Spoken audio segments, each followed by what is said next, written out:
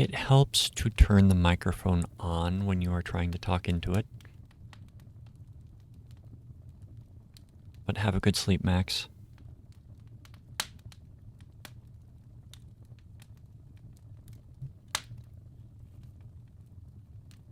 I didn't have the mic muted, I had the mic off. And it's one of those ones that it's got a light that says that you've got it plugged in, not that it's turned on or off. I mean, I get that that's important, but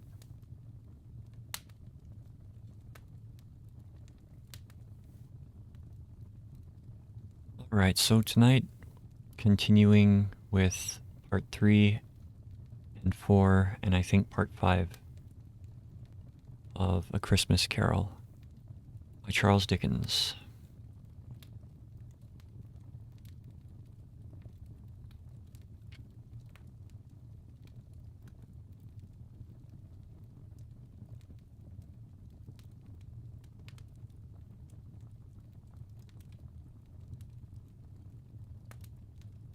Awakening in the middle of a prodigiously tough snore, and sitting up in bed to get his thoughts together, Scrooge had no occasion to be told that the bell was again upon the stroke of 1.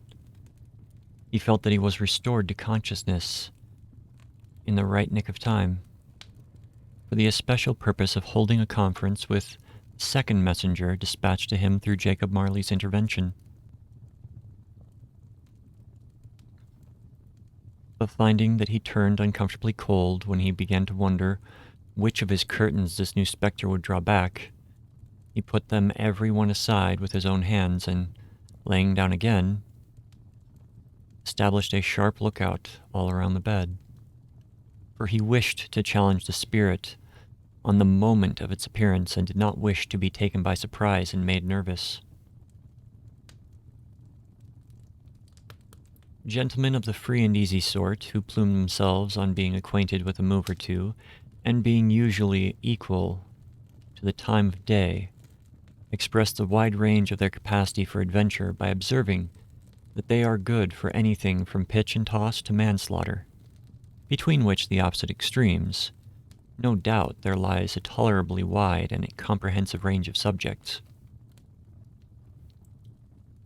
Without venturing for Scrooge quite as heartily as this, I don't mind calling on you to believe that he was ready for a good broad field of strange appearances, and that nothing between a baby and a rhinoceros would have astonished him very much. Now, being prepared for almost anything, he was not by any means prepared for nothing, and consequently when the bell struck 1, and no shape appeared, he was taken with a violent fit of trembling.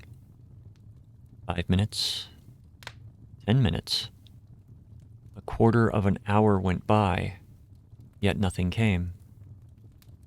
All this time he lay upon his bed, the very core and center of a blaze of ruddy light, which streamed upon it when the clock proclaimed the hour, and which, being only light, was more alarming than a dozen ghosts, as he was powerless to make out what it meant, or would be at, and was sometimes apprehensive that he might be at the very moment an interesting case of spontaneous combustion, without having consolation of knowing it. At last, however, he began to think, as you or I would have thought at first, for it is always the person not in the predicament who knows what ought to have been done in it, and would unquestionably have done it too.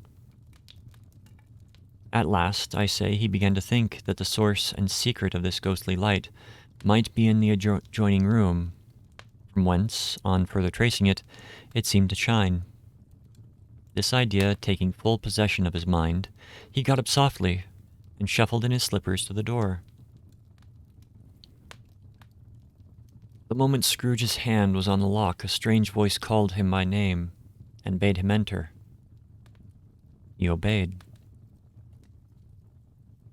It was his own room, there was no doubt about it, but it had undergone a surprising transformation. The walls and ceilings were so hung with living green that it looked a perfect grove, from every part of which bright gleaming berries glistened. The crisp leaves of holly, mistletoe, and ivy reflected back in the light, as if so many little mirrors had been scattered there, and such a mighty blaze went roaring up the chimney as that dull petrification of a hearth had never known in Scrooge's time, or Marley's, or for many, many a winter season gone. Heaped up on the floor to form a kind of throne were turkeys, geese, game, poultry, brawn, great joints of meat, sucking pigs, long wreaths of sausages, mince pies, plum puddings, barrels of oysters, red-hot chestnuts, cherry-cheeked apples, juicy oranges, luscious pears, immense twelfth cakes, and seething bowls of punch that made the chamber dim with their delicious steam.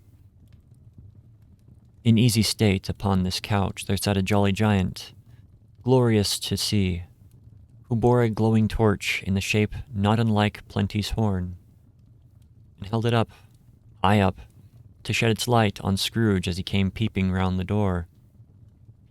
"Come in!" exclaimed the ghost. "Come in, and know me better, man." Scrooge entered timidly, and hung his head before the spirit. He was not the dogged Scrooge he had been, and though the spirit's eyes were clear and kind, he did not like to meet them. "I am the ghost of Christmas Present," said the spirit. "Look upon me." Scrooge reverently did so. It was clothed in one simple deep green robe, or mantle, bordered with white fur.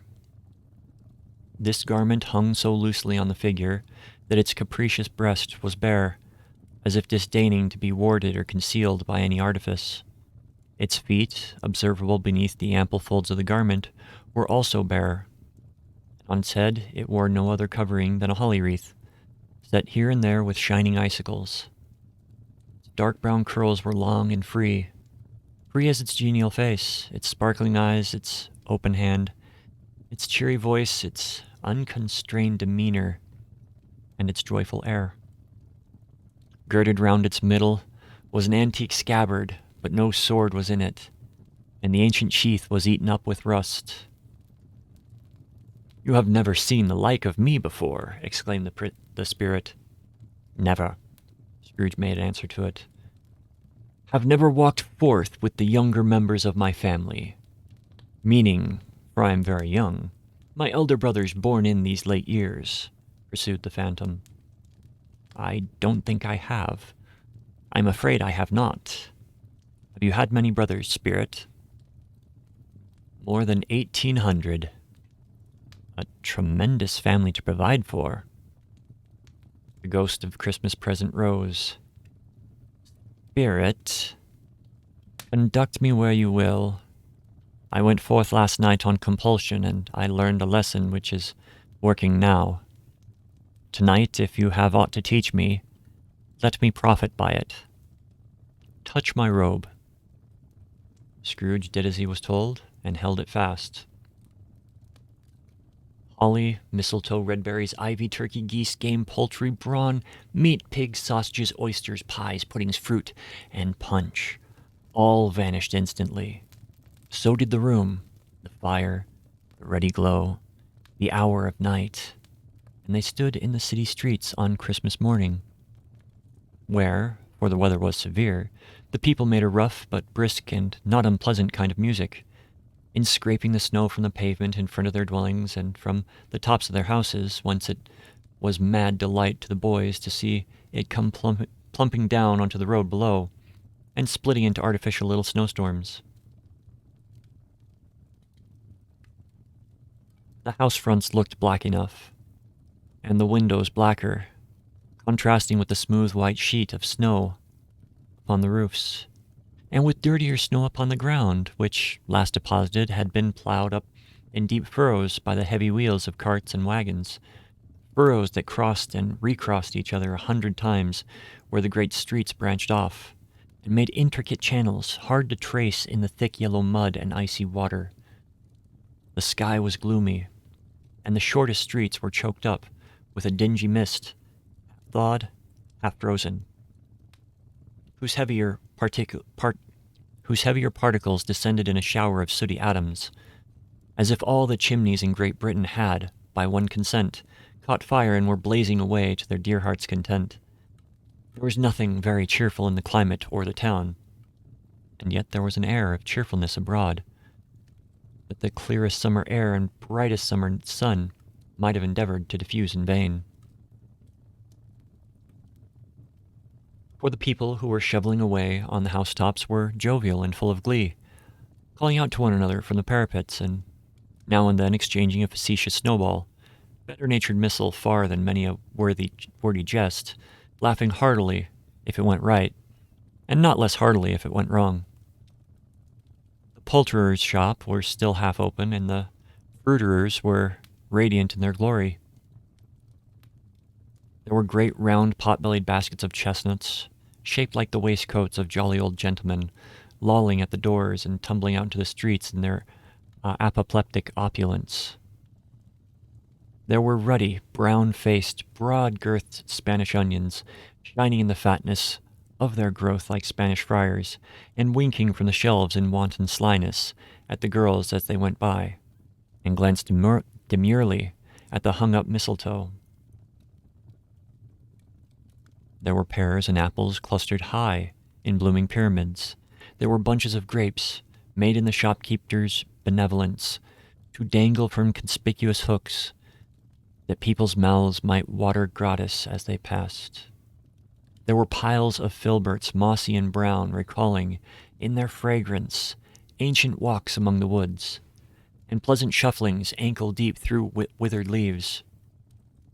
There were Norfolk biffins, squab and swarthy, setting off the yellow and the oranges and the lemons, and in the great compactness of their juicy persons, urgently entreating and beseeching to be carried home in paper bags and eaten after dinner. The very gold and silver fish set forth among these choice fruits in a bowl, though members of a dull and stagnant-blooded race, appeared to know there was something going on, and to a fish went gasping round and round their little world in slow and passionless excitement.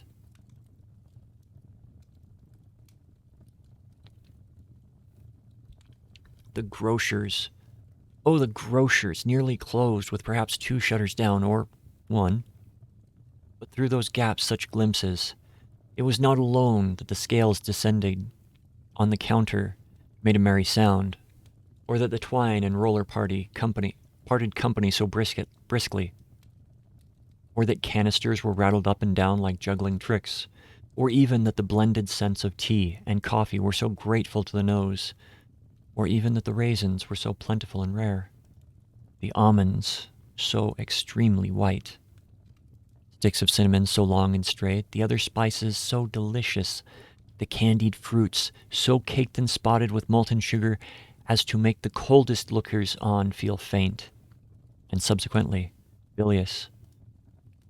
Nor was it that the figs were moist and pulpy, or that the French plums blushed in modest tartness from their highly decorated boxes, or that everything was good to eat and in its Christmas dress. But the customers were all so hurried and so eager in the hopeful promise of the day that they tumbled up against each other at the door, crashed their wicker baskets wildly, and left their purchases upon the counter, and came running back to fetch them, and committed hundreds of like mistakes in the best humor possible, while the grocer and his people were so frank and fresh that the polished hearts with which they fastened their aprons behind might have been their own, worn outside for general inspection, and for Christmas daws to peck at if they chose.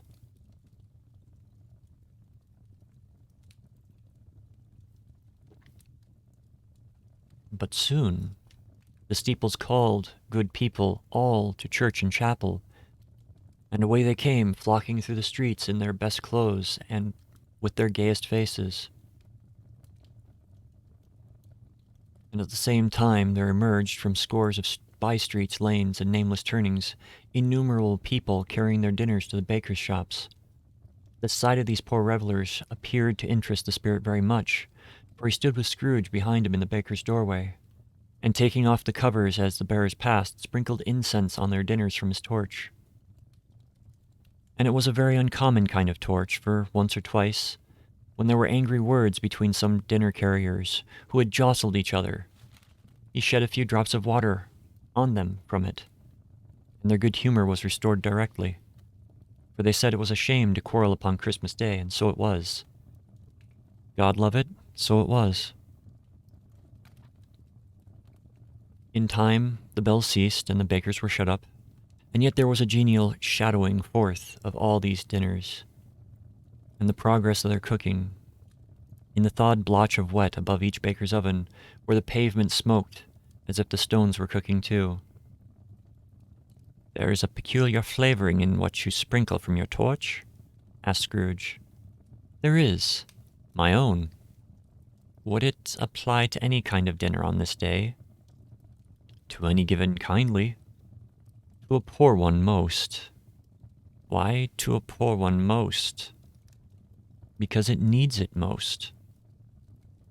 "Spirit," said Scrooge after a moment's thought, "I wonder you, of all the beings in the many worlds about us, should desire to cramp these people's opportunity of innocent enjoyment."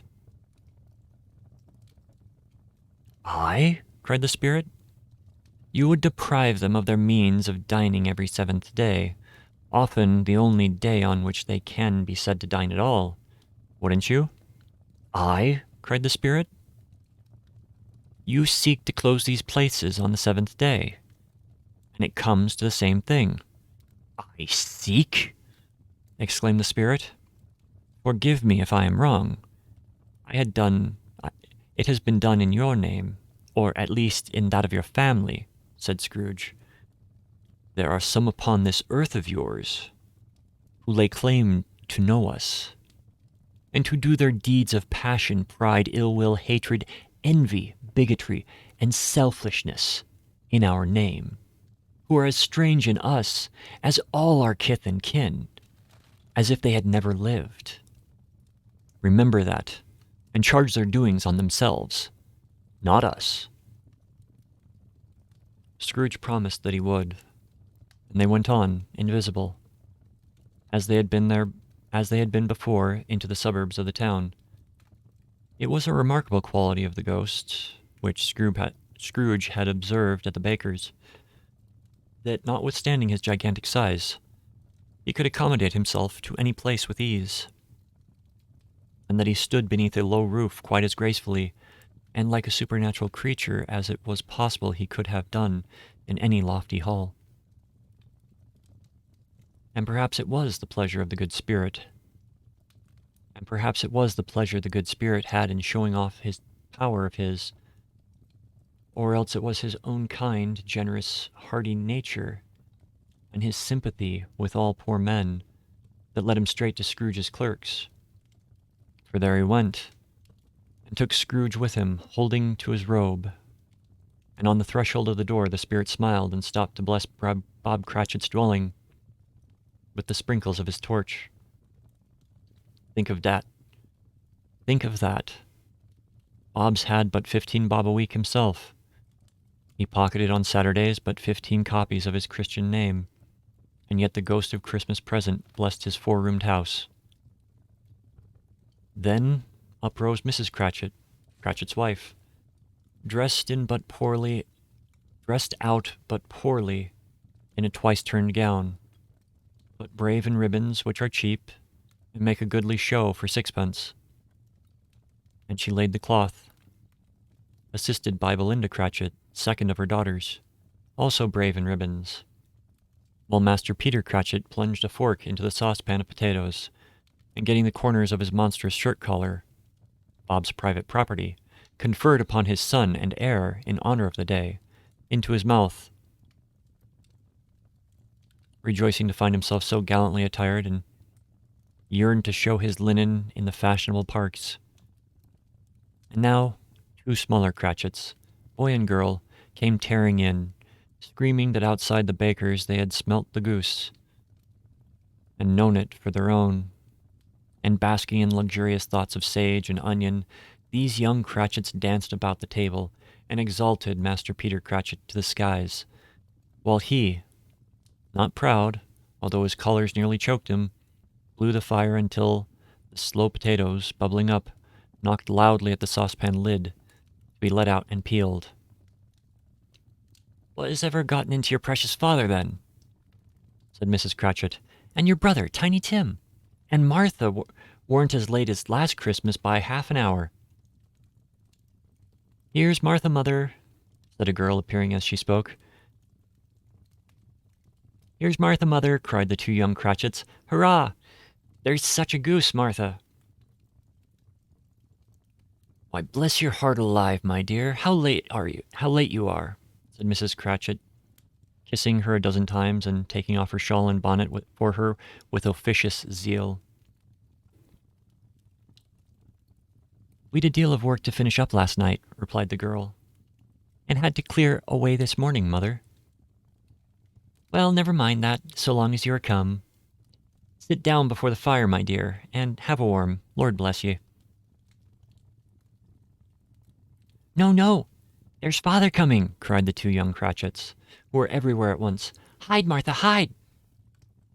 So Martha hid herself, and in came little Bob, the father, with at least 3 feet of comforter, exclusive of fringe, hanging down from him, his threadbare clothes darned up and brushed to look seasonable, and Tiny Tim upon his shoulder. Alas for Tiny Tim, he bore a little crutch, and had his limbs supported by an iron frame. "Why, where's our Martha?" cried Bob Cratchit, looking around. "Not coming," said Mrs. Cratchit. "Not coming!" said Bob with such sudden declination in his high spirits, for he had been Tiny Tim's blood horse all the way from the church, and had come home rampant. "Not coming on Christmas Day?" Martha didn't like to see him disappointed, if it were only in joke. So she came out prematurely from behind the closet door and ran into his arms while the two young Cratchits hustled Tiny Tim and bore him off into the wash-house, that he might hear the pudding singing in the copper.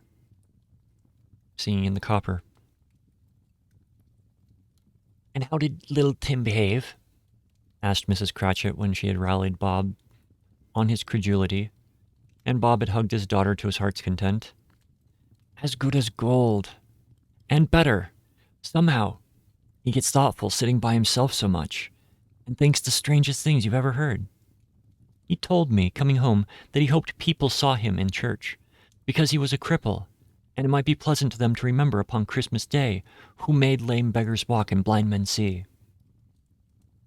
Bob's voice was tremulous as he told them this, and trembled more when he said that Tiny Tim was growing strong and hearty. His active little crutch was heard upon the floor, and back came Tiny Tim, before another word was spoken, escorted by his brother and sister to his stool beside the fire. And while Bob, turning up his cuffs, as if, poor fellow, they were capable of being made more shabby, compounded some hot mixture in a jug with gin and lemons, and stirred it round and round, and put it on the hob to simmer. Master Peter and the two ubiquitous young Cratchits went to fetch the goose, with which they soon returned in high procession.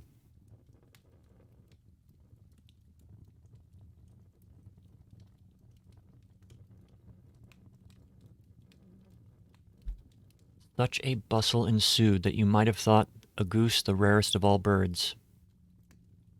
A feathered phenomenon, to which a black swan was a matter of course, and, in truth, it was something very like that in the house. Mrs. Cratchit made the gravy, ready beforehand in a little saucepan, hissing hot. Master Peter mashed the potatoes with incredible vigor. Miss Belinda sweetened up the applesauce. Martha dusted the hot plates. Bob took Tiny Tim beside him in a tiny corner at the table. The two young Cratchits set chairs for everybody, not forgetting themselves, and, mounting guard upon their posts, crammed spoons into their mouths, lest they should shriek for goose before their turn came to be helped. At last the dishes were set out, and grace was said.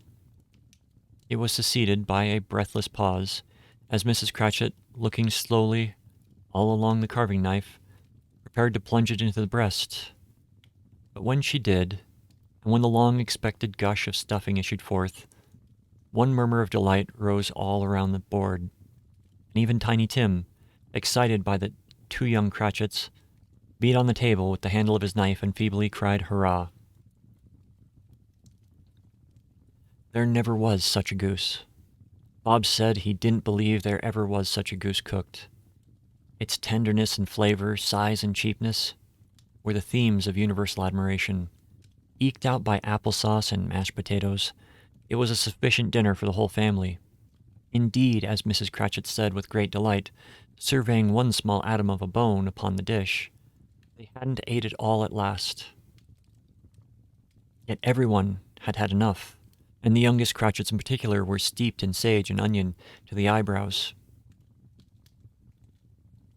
But now the plates being changed by Miss Belinda, Mrs. Cratchit left the room alone, too nervous to bear witness, to take the pudding up and bring it in.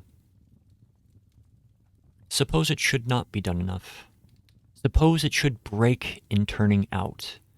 Suppose someone should have got over the wall of the backyard and stolen it, while they were merry with the goose. A supposition at which the two young Cratchits became livid. All sorts of horrors were supposed. Hallo! A great deal of steam.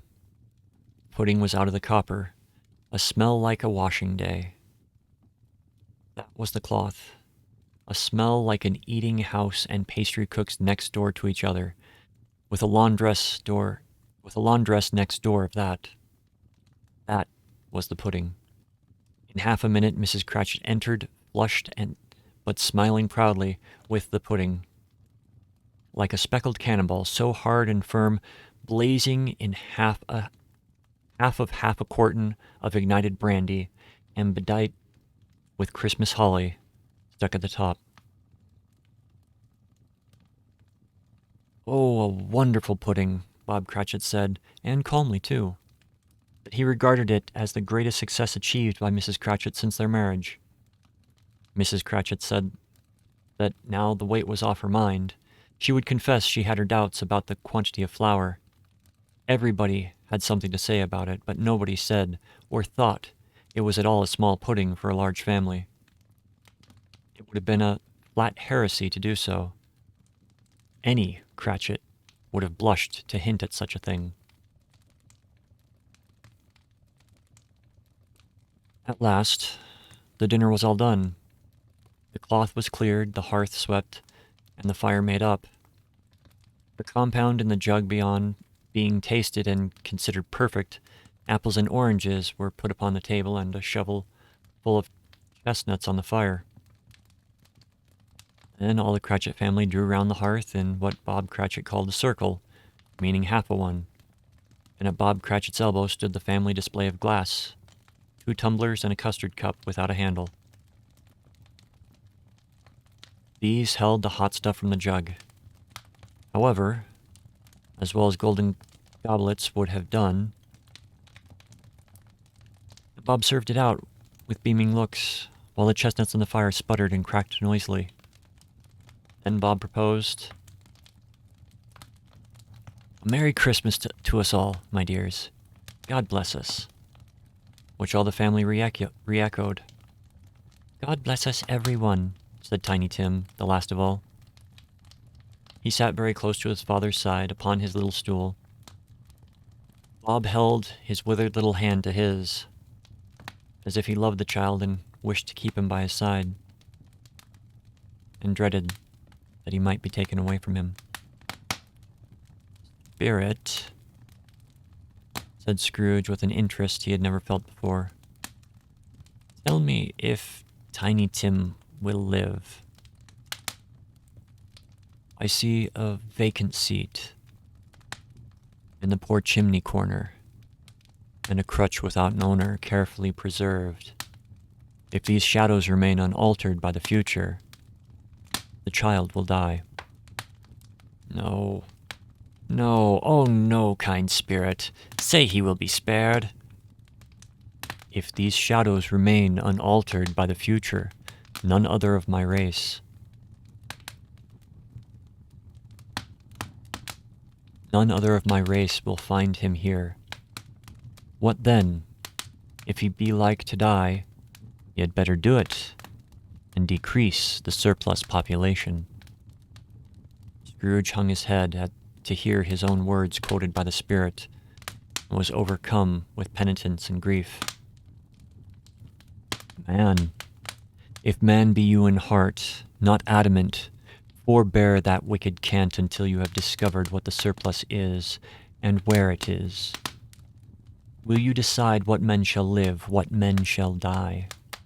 It may be that in the sight of heaven you are more worthless and less fit to live than millions like this poor man's child. Oh God, to hear the insect on the leaf pronouncing on the too much life among his hungry brothers in the dust. Scrooge bent before the ghost's rebuke, and trembling, cast his eyes upon the ground. But he raised them speedily on hearing his own name. "Mr. Scrooge," said Bob. "I'll give you Mr. Scrooge, the founder of the feast." "The founder of the feast and dead," cried Mrs. Cratchit, reddening. "I wish I had him here. I'd give him a piece of my mind to feast upon, and I'd hope he'd have a good appetite for it." "My dear, the children. Christmas Day." "It should be Christmas Day, I am sure, on which one drinks the health of such an odious, stingy, hard, unfeeling man as Mr. Scrooge. You know he is, Robert. Nobody knows it better than you do. Poor fellow." My dear, Christmas Day." "I'll drink his health for your sake and the day's," said Mrs. Cratchit. "Not for his.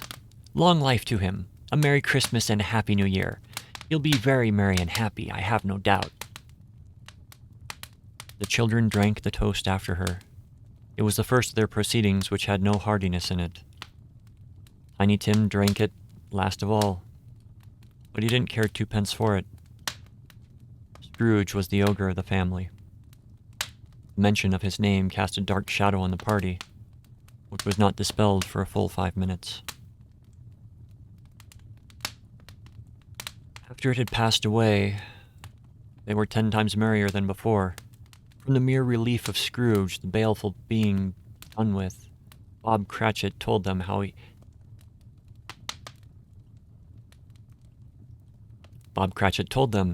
he had a situation in his eye for Master Peter, which would bring in, if obtained, a full 5 and 6 pence weekly.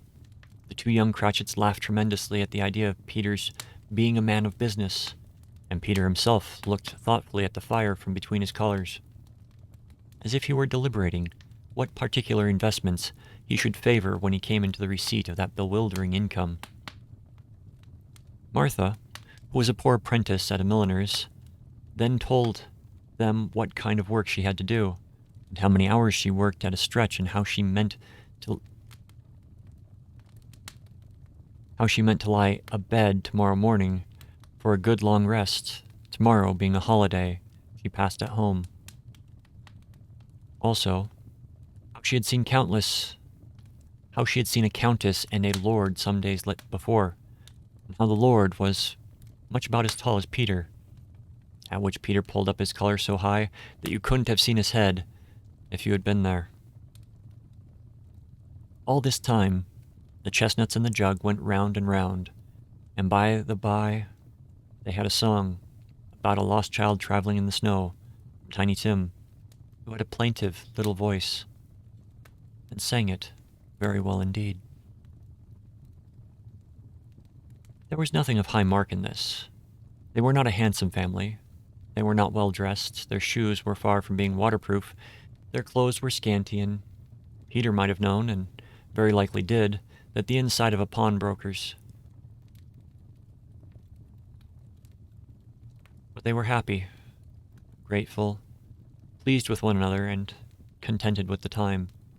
And when they faded, and looked happier yet in the bright sprinklings of the spirit's torch at parting, Scrooge had his eye upon them, and especially on Tiny Tim, until the last.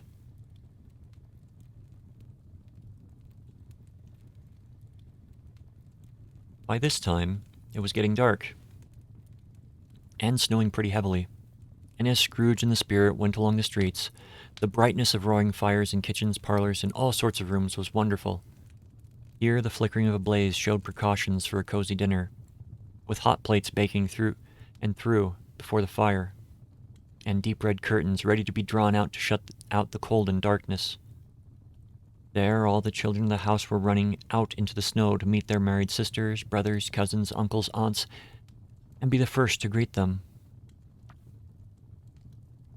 Here, again, were shadows on the window blinds of guests assembling, and there a group of handsome girls, all hooded and fur-booted, and all chattering at once, tripped lightly off to some near neighbor's house, where, woe upon the single man who saw them enter, artful witches, well they knew it, in a glow.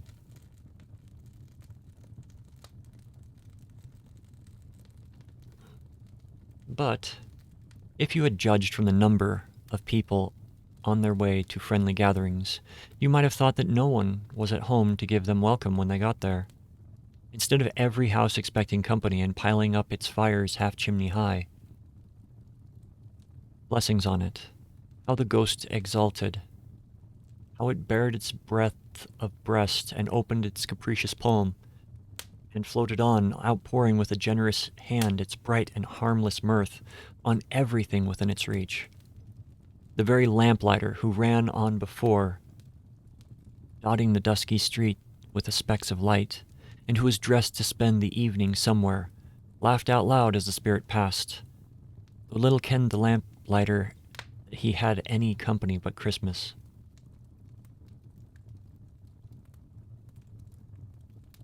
And now, without a word of warning from the ghost, they stood upon a bleak and desert moor, where monstrous masses of rude stone were cast about, as though it were the burial place of giants, and water spread itself wheresoever it listed, or would have done so, but for the frost that held it prisoner, and nothing grew but moss and furze, and coarse, rank grass. Down in the west, the setting sun had left a streak of fiery red, which glared upon the desolation for an instant, like a sullen eye, and frowning lower, lower, and lower yet, was lost in the thick gloom of the darkest night. What is this place? A place where miners live, who labor in the bowels of the earth. But they know me. See? A light shone from the window of a hut, and swiftly they advanced towards it. Passing through the wall of mud and stone, they found a cheerful company assembled round a glowing fire. An old man and a woman, and their children and their children's children, and another generation beyond that, all decked out gaily in their holiday attire. The old man, in a voice so seldom rose above the howling of the wind upon the barren waste, was singing them a Christmas song. It had been a very old song when he was a boy, and from time to time they all joined in on the chorus. So surely as they raised their voices, the old man got quite blithe and loud, and so surely as they stopped, his vigor sank again. The spirit did not tarry here, but bade Scrooge hold his robe, and, passing on above the moor, sped whither? Not to see. To see, to Scrooge's horror, looking back, he saw the land,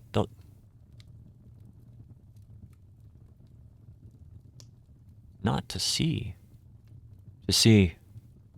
To Scrooge's horror, looking back, he saw the last of the land, a frightful range of rocks behind them, and his ears were deafened by the thundering of water as it rolled and roared and raged among the dreadful caverns it had worn, and fiercely tried to undermine the earth. Built upon a dismal reef of sunken rocks, some league or so from shore, on which the waters chafed and dashed, the wild year, there stood a solitary lighthouse.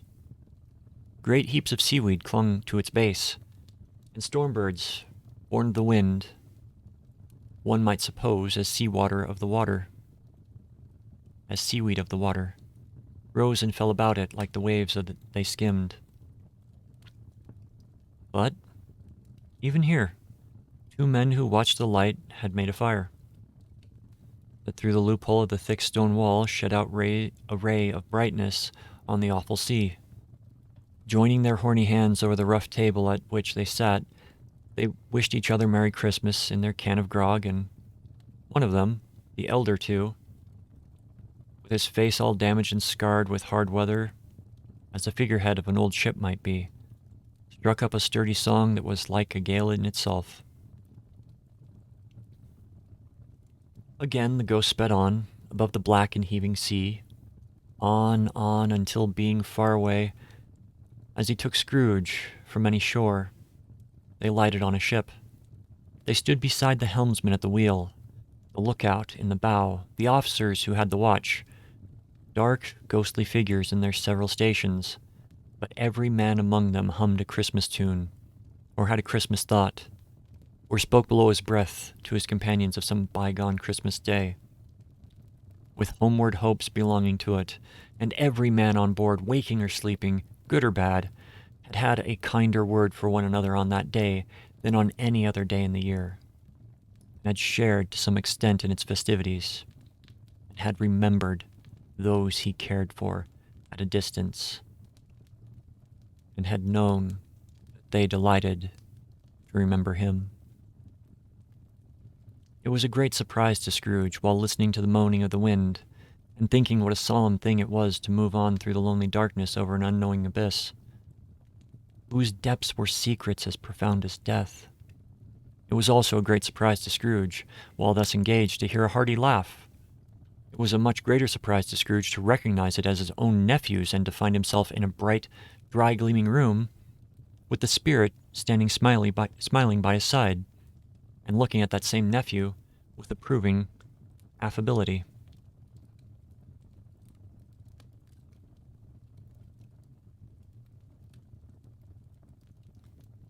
Scrooge's nephew laughed.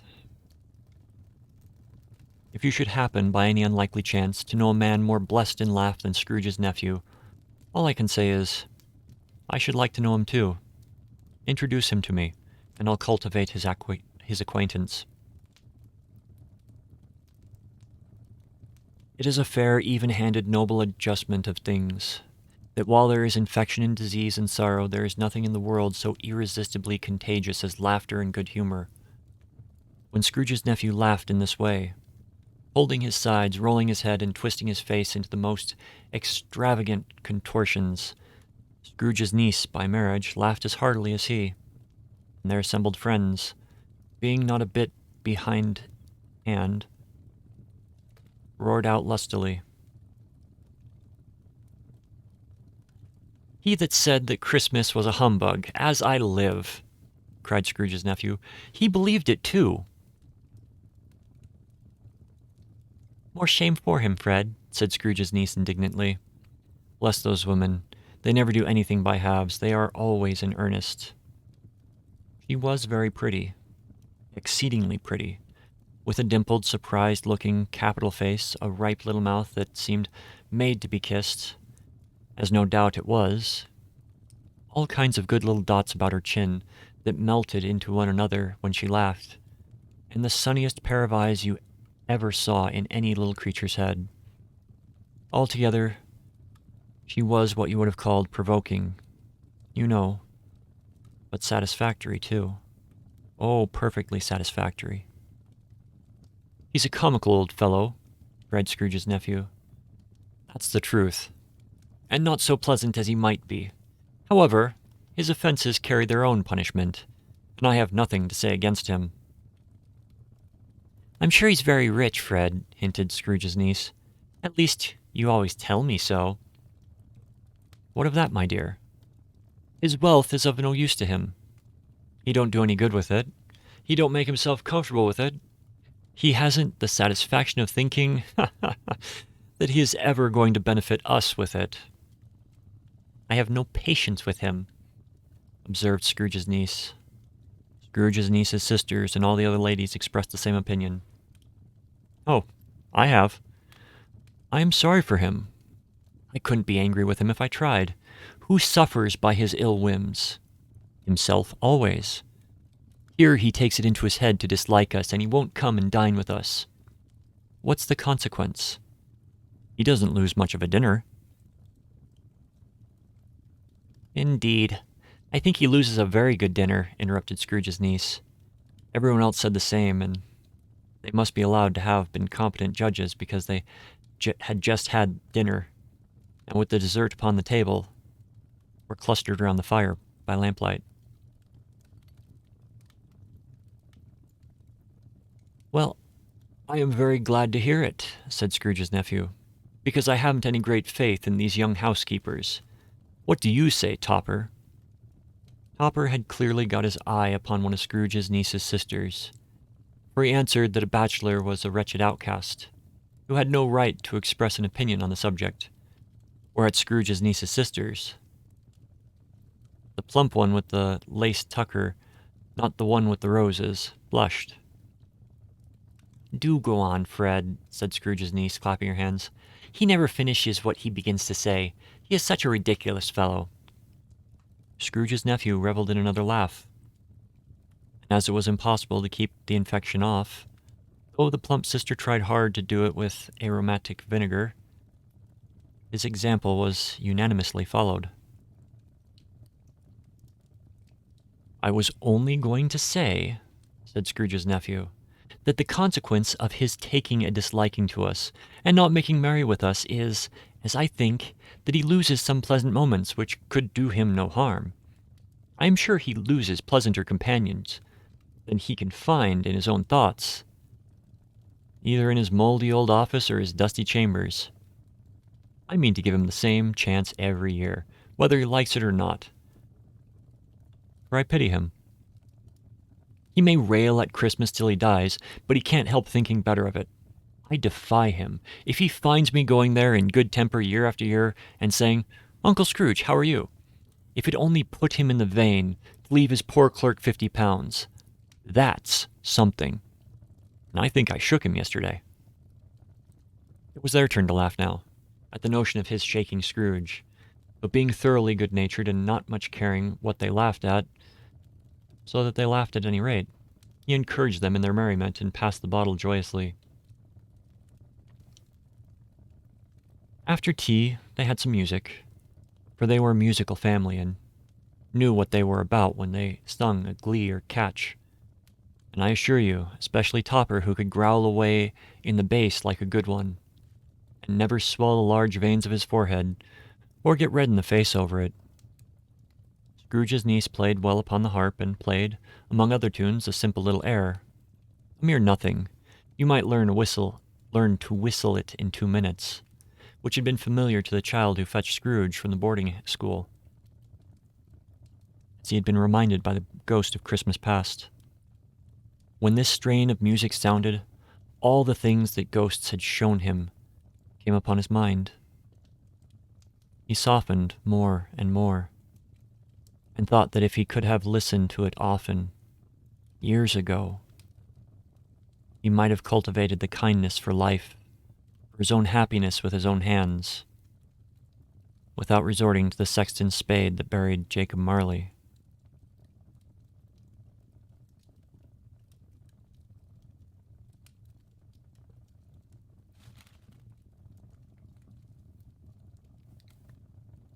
But they didn't devote the whole evening to music.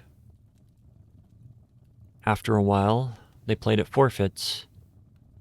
For it is good to be children sometimes, and never better than at Christmas, when its mighty founder was a child himself. Stop. There was first a game at Blind Man's Bluff. Of course there was. And I no more believe Topper was really blind than I believe I had eyes in my boots.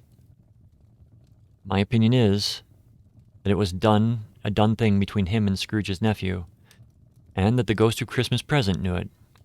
The way he went after that plump sister in the lace tucker was an outrage on the credulity of human nature. Knocking down the fire irons, tumbling over the chairs, bumping up against the piano, smothering himself against the curtains. Wherever she went, there he was. He always knew where the plump sister was. He wouldn't catch anybody else. If you had fallen up against him, as some of them did, on purpose.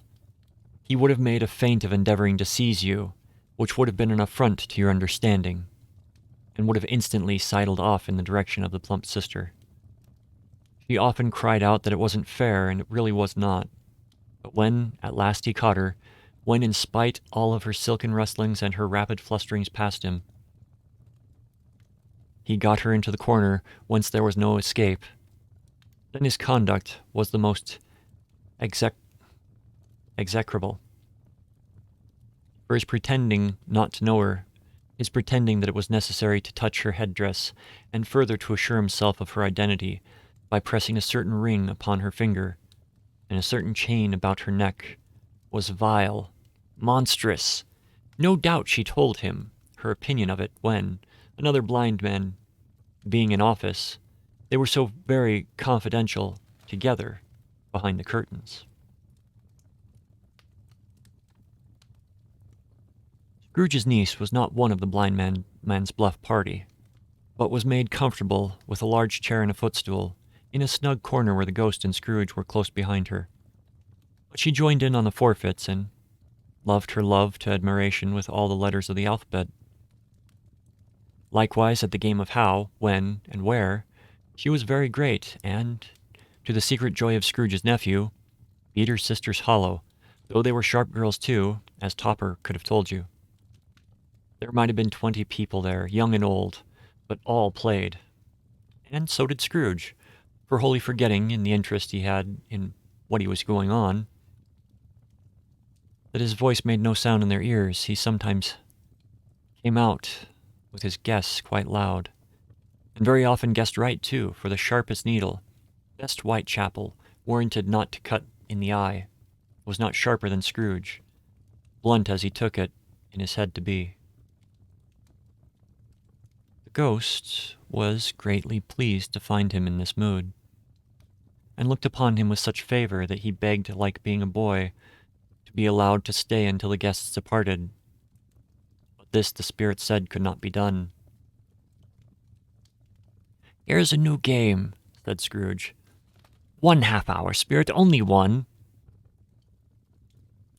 It was a game called Yes and No, where Scrooge's nephew had to think of something, and the rest must find out what. He only answering to their questions yes or no.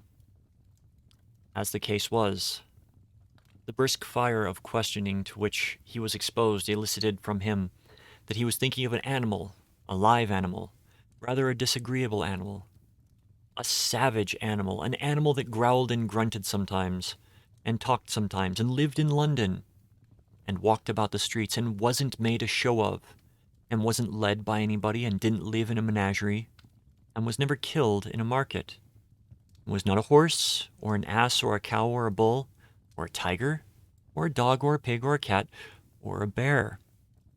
At every fresh question that was put to him, this nephew burst into a fresh roar of laughter, and was so inexpressibly tickled, that he was obliged to get up off the sofa and stamp. At last the plump sister, falling into a similar state, cried out, "I have found it! I have found it! I know what it is, Fred! I know what it is!" "What is it?" cried Fred. "It's your Uncle Scrooge!" Which it certainly was. Admiration was the universal sentiment, though some objected that the reply to "Is it a bear?" ought to have been, "Yes," inasmuch as an answer in the negative was sufficient to have diverted their thoughts from Mr. Scrooge, supposing they had ever any tendency that way. "He has given us plenty of merriment, I am sure," said Fred, "and it would be ungrateful not to drink to his health. Here is a glass of mulled wine ready to our hand at the moment. I say, Uncle Scrooge." "Well, Uncle Scrooge," they cried. "A Merry Christmas and a Happy New Year to the old man, wherever he is," said Scrooge's nephew. "He wouldn't take it from me, but may he have it nevertheless. Uncle Scrooge." Uncle Scrooge had imperceptibly become so gay and light of heart that he would have pledged the unconscious company in return. and thanked them in an inaudible speech, if the ghost had given him time. But the whole scene passed off in the breath of the last words spoken by his nephew, and he and the spirit were again upon their travels. Much they saw, and far they went, and many homes they visited, but always with a happy end. The spirit stood beside sick beds, and they were cheerful. On foreign lands, and they were close at home.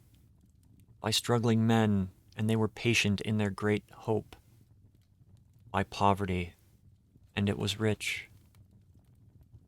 In almshouse hospital, and jail, in misery's every refuge, where vain man in his little brief authority had not made fast the door and barred the spirit out, he left his blessing and taught Scrooge his precepts.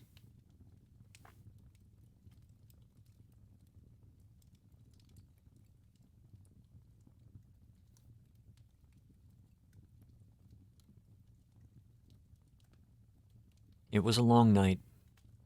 If it were only a night, but Scrooge had his doubts of this, because the Christmas holidays appeared to be condensed into the space of time they passed together. It was strange, too, that while Scrooge remained unaltered in his outward form, the ghost grew older, clearly older. Scrooge had observed this change, but never spoke of it until they left a children's 12th night party.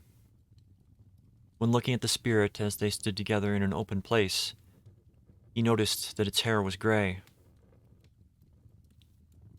Are spirits' lives so short? My life upon this globe is very brief. It ends tonight. Tonight? Tonight at midnight. Hark, the time is drawing near. The chimes were ringing, at 11:15 at the moment. Forgive me if I am not justified in what I ask, said Scrooge, looking intently at the spirit's robes. But I see something strange and not belonging to yourself, protruding from your skirts. Is it a foot or a claw? It might be a claw, for the flesh there is upon it, was the spirit's sorrowful reply. Look here. From the foldings of its robe it brought two children, wretched, abject, frightful, hideous, and miserable. They knelt down at its feet and clung upon the outside of its garment.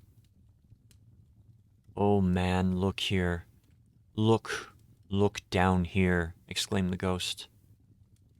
They were a boy and girl, yellow, meager, ragged, scowlish, wolfish, but prostrate in their humility. Where graceful youth should have filled their features out and touched them with the freshest tints, a stale and shriveled hand like that of age had pinched and twisted them and pulled them into shreds. Where angels might have sat enthroned, devils lurked and glared out menacingly. No change, no degradation, no perversion of humanity in any grade, through all the mysteries and wonderful creation, as monsters half so horrible and dread. Scrooge started back, appalled. Having them shown to him in this way, he tried to say they were fine children, but the words choked themselves, rather than be parties to such a lie of enormous magnitude. Spirits? Are they yours? Scrooge could say no more. They are man's, said the spirit, looking down upon them, and they cling to me, appealing from their fathers. This boy is ignorance. This girl is want. Beware of them both and all of their degree, but most of all beware this boy, for on his brow I see written that which is doom. Unless the writing be erased, deny it. The spirit cried, stretching out his hands toward the city. Slander those who tell it ye. Admit it for your factious purposes, and make it worse. and bide the end. Have they no refuge or resource? Are there no prisons, said the spirit, turning on him for the last time with his own words. Are there no workhouses? The bell struck 12. Scrooge looked about him for the ghost and saw it not. As the last stroke ceased to vibrate,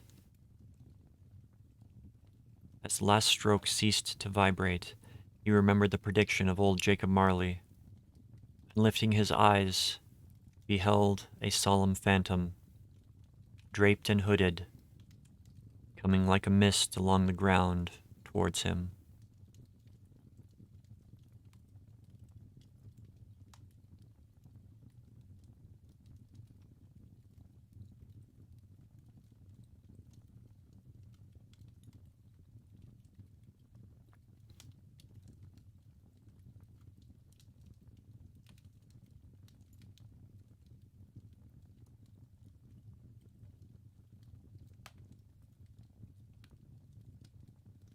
The phantom slowly, gravely, silently approached.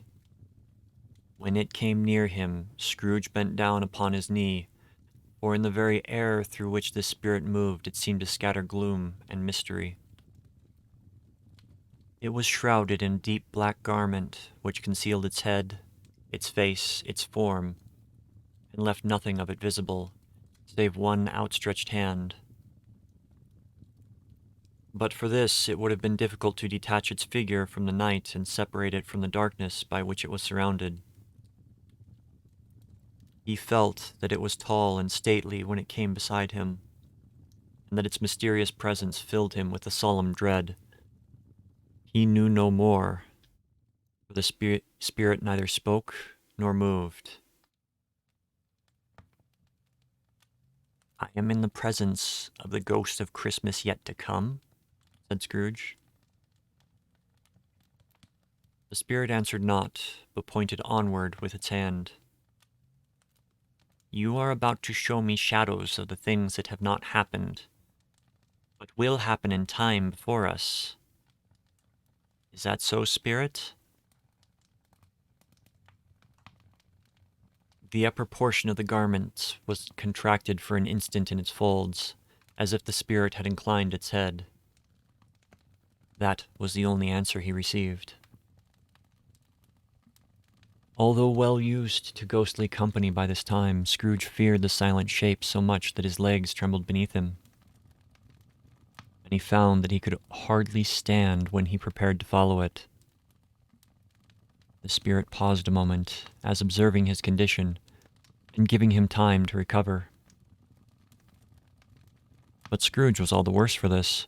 It thrilled him with a vague, uncertain horror to know that behind the dusky shroud there were ghostly eyes intently fixed upon him, while he, though he stretched his own to the utmost, could see nothing but a spectral hand and one great heap of black.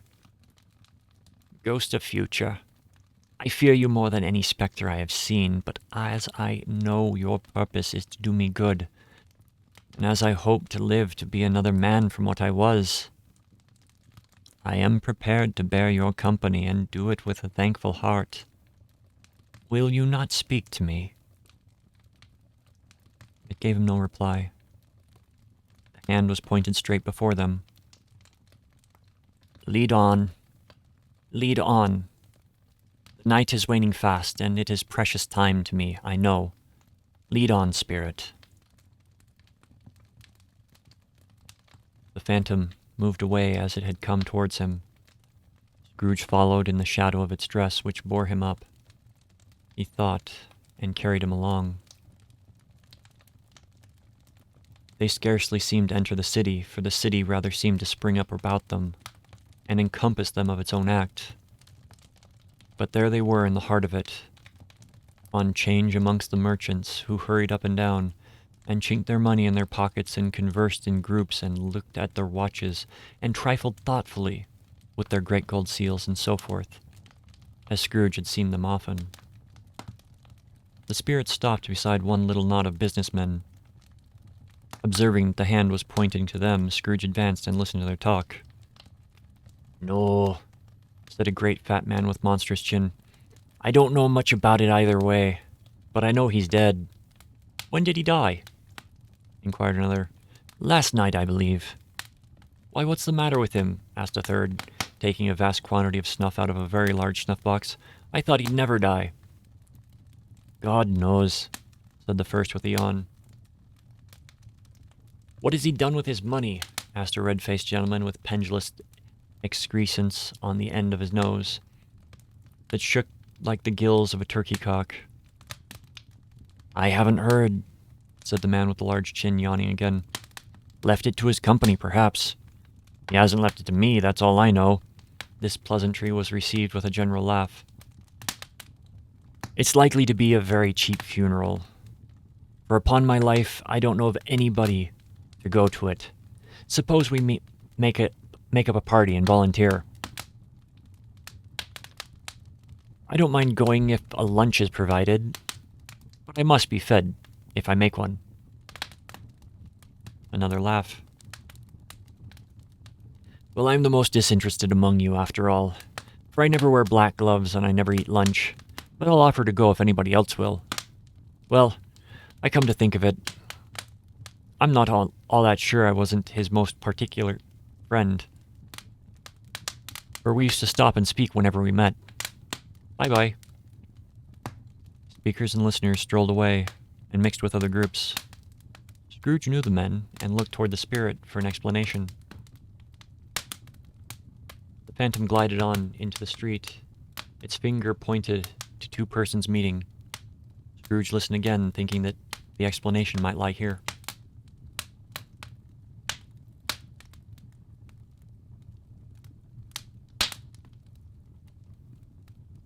He knew these men also perfectly. They were men of business, very wealthy and of great importance. He had made a point always of standing well in their esteem in a business point of view, that is, strictly in a business point of view. How are you? How are you? Well, Old Scratch has got his own at last, eh? So I'm told. Cold, isn't it? Seasonable for Christmas time.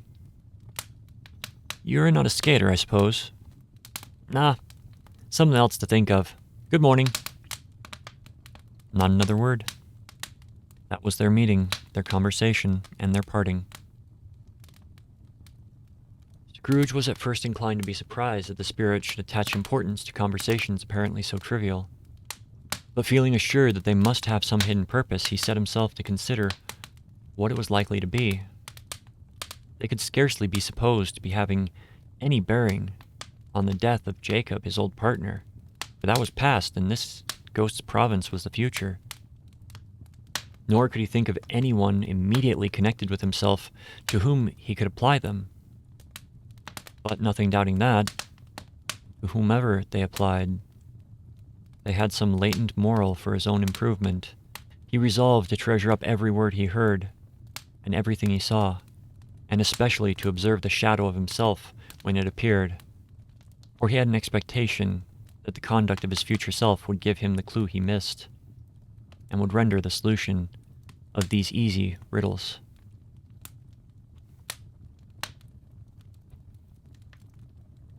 He looked about in that very place for his own image, but another man stood in his accustomed corner, and though the clock pointed to the usual time of day for being there, he saw no likeness of himself among the multitudes that poured in through the porch. It gave him a little surprise, however, for he had been revolving in his mind a change of life, and thought and hoped he saw his new-born resolutions carried out in this. Quiet and dark, beside him stood the phantom. With its outstretched hand, when he roused himself from his thoughtful quest, he fancied from the turn of the hand and the situation in reference to himself that the unseen eyes were looking at him keenly. It made him shudder and feel very cold.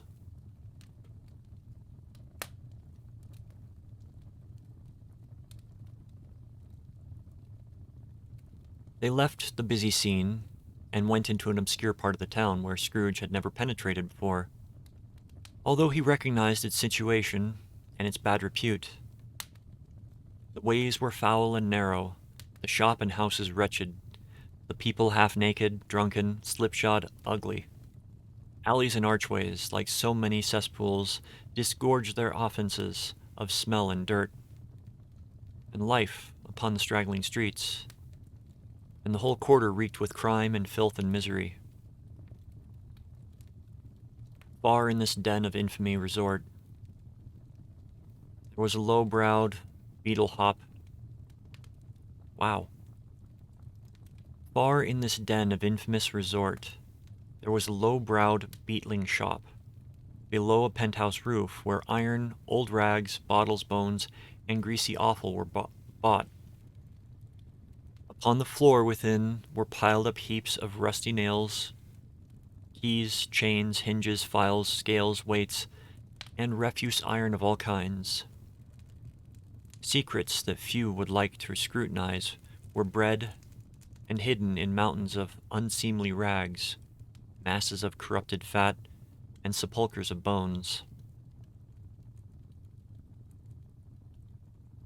Sitting in among the wares he dealt in, by a charcoal stove made of old bricks, was a gray-haired rascal, nearly 70 years of age, who had screened himself from the cold air without by frowsy curtaining of miscellaneous tatters, hung up in line, and smoked his pipe in the luxury of calm retirement.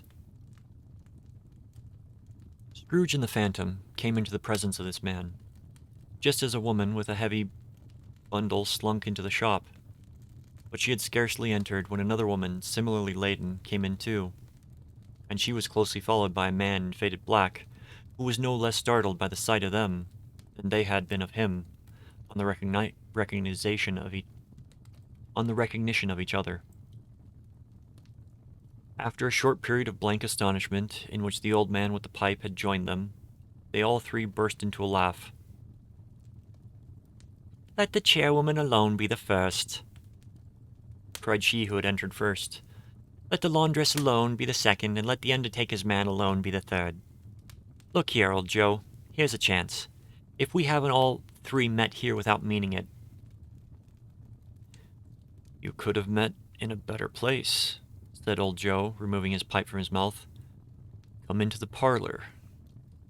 You were made free of it long ago, you know. And the other two ain't strangers. Stop till I shut the door of the shop. Ah, how it squeaks. There ain't such a rusty bit of metal in the place as its own hinges, I believe. And I'm here, and I'm sure there's no such old bones as mine. We're all suitable to our calling. We're well matched. Come into the parlor. Come into the parlor." The parlor was a space between the screen of rags. The old man raked the fire together with the old stair rod, and having trimmed his smoky lamp with the stem of his pipe, put it into his mouth again.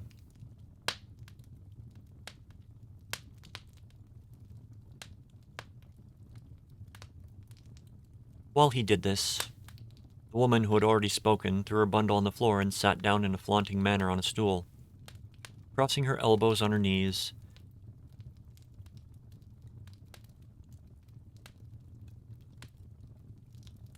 And looking with a bold defiance at the other two. "What odds, then? What odds, Mrs. Dilber?" said the woman. "Every person has a right to take care of themselves. He always did." "It's true. Indeed, no man more so," said the laundress.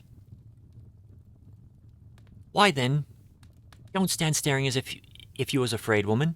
Who's the wiser? We're not going to pick holes in each other's coats, I suppose." "No, indeed," said Mrs. Dilber and the man together. "We should hope not." "Very well, then. That's enough. Who's the worse for the loss of a few things like these? Not a dead man, I suppose?" "No, indeed," said Mrs. Dilber, laughing. "If he wanted to keep 'em after he was dead, a wicked old screw," pursued the woman. "Why wasn't he a natural in his lifetime? If he had been, he'd have been somebody to look after him when he was stuck with death, instead of lying gasping out there his last alone by himself." "It's the truest word that ever was spoke," said Mrs. Dilber. "It's a judgment on him." "I wish it was a little heavier judgment," said the woman. "And it should have been. You may depend upon it, if I could have laid my hands on anything else. Open that bundle, old Joe, and let me know what value of it. Speak out plain. I'm not afraid to be the first, nor afraid for them to see it. We knew pretty well that we were helping ourselves. We knew pretty well that we were helping ourselves before we met here. I believe. It's no sin. Open the bundle, Joe." But the gallantry of her friends would not allow this, and the man in the faded black, mounting the breech first, produced his plunder. It was not extensive. A seal or two, a pencil case, a pair of sleeve buttons, and a brooch of no great value were all. They were severely examined and appraised by old Joe, who chalked the sums as he disposed to give for each upon the wall, and added them in a total when he found that there was nothing more to come. "That's your account, and I wouldn't give another 6 pence if I was to be boiled for not doing it. Who's next?" "One moment, my friends."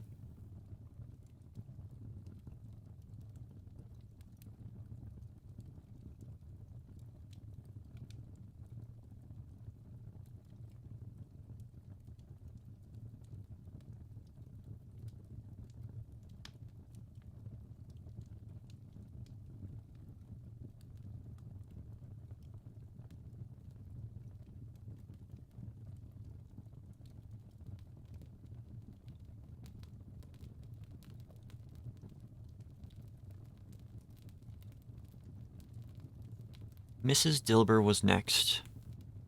Sheets and towels, a little wearing apparel, 2 old-fashioned silver teaspoons, a pair of sugar tongs, and a few boots. Her account was stated on the wall in the same manner. "I've always given too much to ladies. It's a weakness of mine, and that's the way I ruin myself. That's your account. If you asked me for another penny and made it an open question, I'd repent of being so liberal and knock off half a crown. And now undo my bundle, Joe," said the first woman. Joe went down on his knees for the greater convenience of opening it, and having unfastened a great many knots, dragged out a large heavy roll of some dark stuff. "What do you call this? Bed curtains?" "Ah," returned the woman, laughing and leaning forward on crossed arms. "Bed curtains. You don't mean to say you took them down, rings and all, with him lying there?" "Yes, I do. Why not?" "You were born to make your fortune, and you'll certainly do it." "I certainly shan't hold my hand when I can get anything in it by reaching it out. For the sake of such a man as he was, I promise you, Joe, don't drop that oil upon the blankets now." "His blankets? Who else's do you think? He isn't likely to take cold without them, I dare say." "I hope he didn't die of anything catching. Eh?" said old Joe, stopping his work and looking up. "Don't you be afraid of that," returned the woman. "I ain't so fond of his company that I'd loiter about him for such things. If he did, you may look through that shirt till your eyes ache, but you won't find a hole in it, nor a threadbare place. It's the best he had, and a fine one too. They'd have wasted it if it hadn't been for me." "What do you call wasting of it?" "Putting it on him to be buried in, to be sure," replied the woman with a laugh. "Somebody was fool enough to try to do it, but I took it off again. If calico ain't good enough for such a purpose, it isn't good enough for anything. It's quite as becoming to the body. He can't look uglier than he did in that one."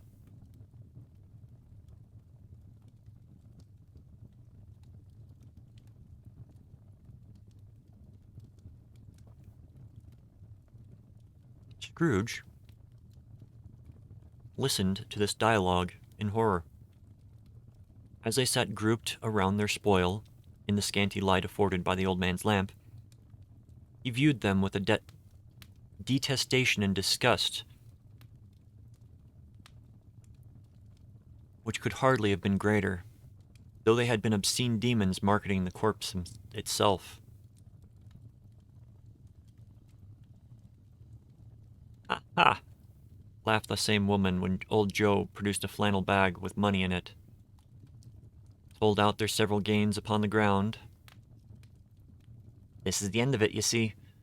He frightened everyone away from him when he was alive, to profit us when he was dead. Ha ha ha!" "Spirit," said Scrooge, shuddering from head to foot. "I see. I see. The case of this unhappy man might be my own. My life tends that way now. Merciful heaven, what is this?" He recoiled in terror, for the scene had changed, and he now almost touched a bed. A bare, uncurtained bed on which, beneath a ragged sheet, there lay something covered up, which, though it was dumb, announced itself in awful language.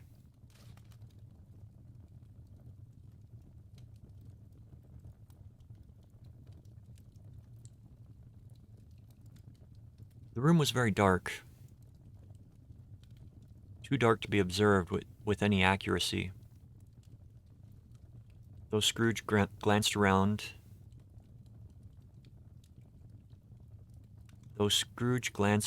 it in obedience to a secret impulse, anxious to know what kind of room it was,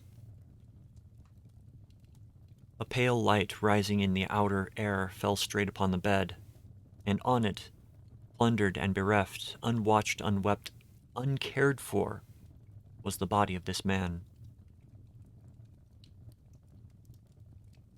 Scrooge glanced toward the phantom. Its steady hand was pointing to the head. The cover was so carelessly adjusted that the slightest raising of it, the motion of a finger upon Scrooge's part, would have disclosed the face. He thought of it, felt how easy it would be to do, and longed to do it. But he had no more power to withdraw the veil than to dismiss the spectre at his side. O cold, cold, rigid, dreadful death, set upon thine altar here, and dressed it such with terrors as thou hast in thy command, for this is thy dominion. But of the loved, revered, and honored head thou canst not turn one hair to thy dread purposes, or make one feature odious. It is not that the hand is heavy, and will fall down when released. It is not that the heart and pulse are still, but that the hand was open, generous, and true, the heart brave, warm, and tender, and the pulses a man's. Strike, shadow, strike, and see his good deeds springing from the wound, to sow the world with life immortal. No voice pronounced these words in Scrooge's ear, and yet he heard them when he looked upon the bed. He thought, if this man could be raised up now, what would his foremost thoughts? What would be his foremost thoughts? Avarice? Hard dealing? Griping cares? They have brought him to a rich end, truly.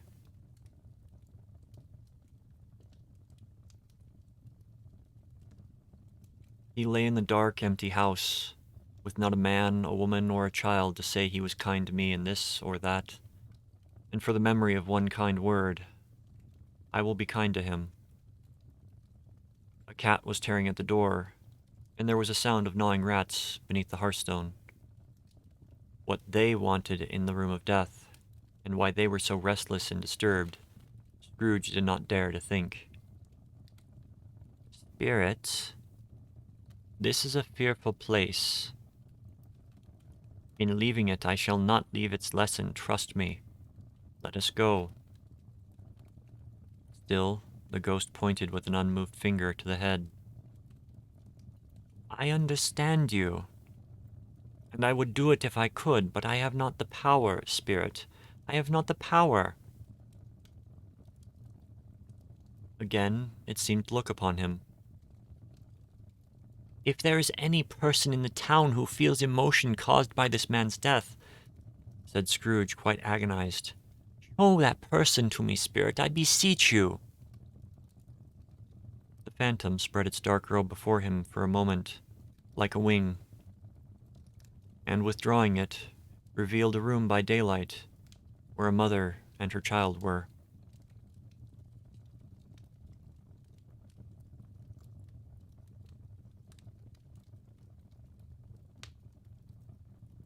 She was expecting someone, and with anxious eagerness, for she walked up and down the room, startled at every sound, looked out from the window, glanced at the clock, tried, but in vain, to work with her needle, and could hardly bear the voices of her children in their play.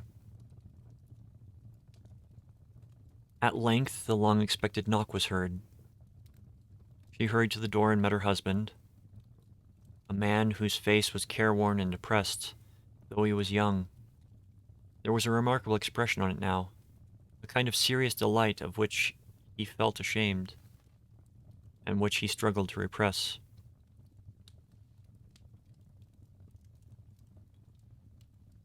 He sat down to the dinner that had been hoarding for him by the fire, and when she asked him faintly what news, he appeared embarrassed on how to answer.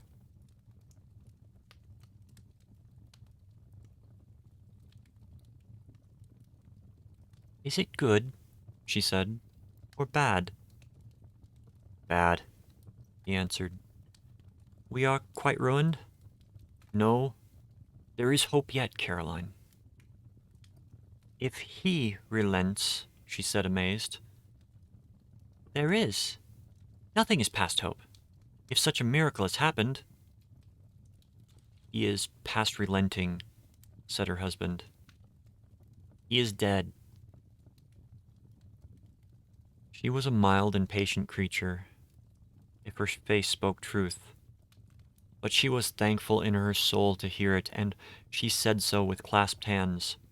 She prayed forgiveness for the next moment and was sorry, but the first was the emotion of the heart.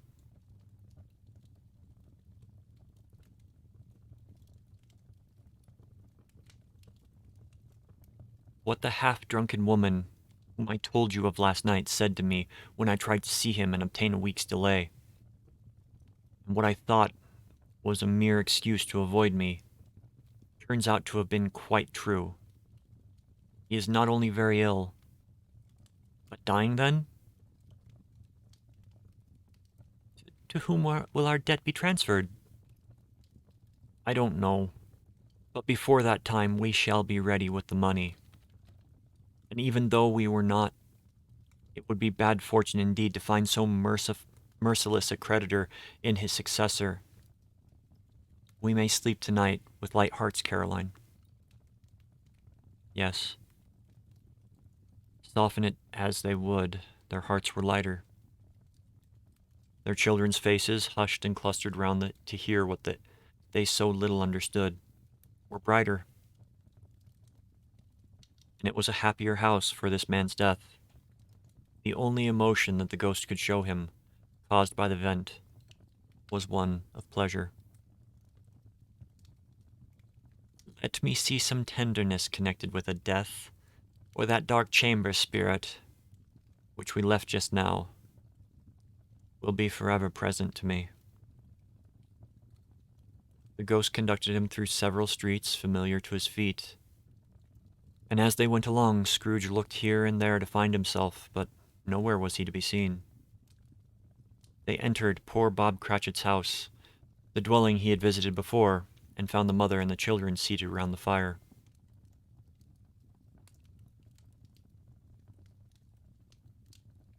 Quiet.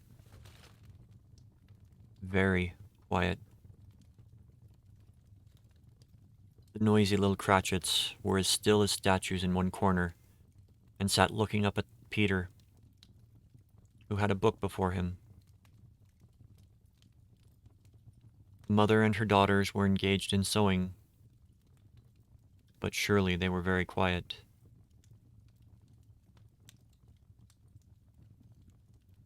And he took a child and set him in the midst of them. Where had Scrooge heard those words? He had not dreamed them.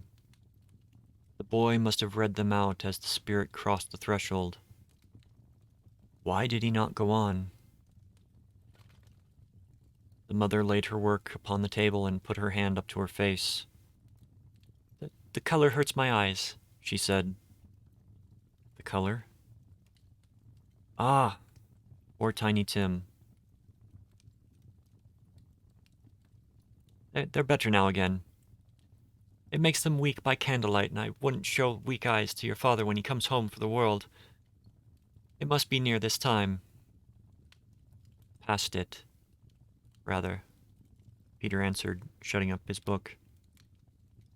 But I think he has walked a little slower than he used to these few last evenings, Mother. They were very quiet again. And at last she said, and in a steady, cheerful voice that only faltered once, I have known him to walk with Tiny Tim upon his shoulders very fast indeed. And so have I, cried Peter, often. And so have I, exclaimed another. So had all. But he was so very light to carry, she resumed, intent upon her work. And his father loved him so, that it was no trouble, no trouble. And there is your father at the door. She hurried out to meet him.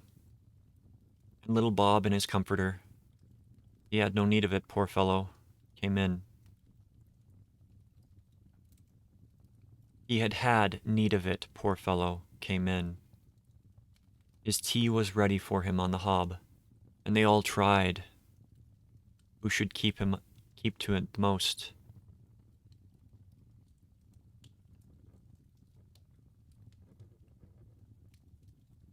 And they all tried who should help him to it the most.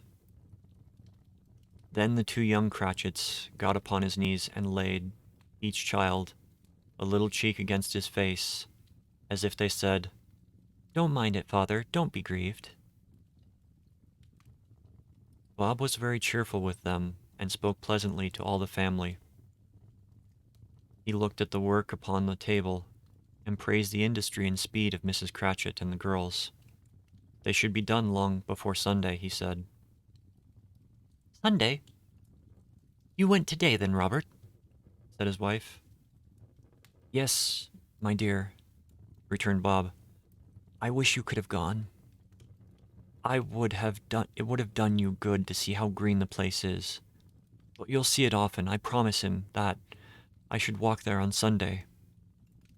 My little child, cried Bob. My little child. He broke down all at once.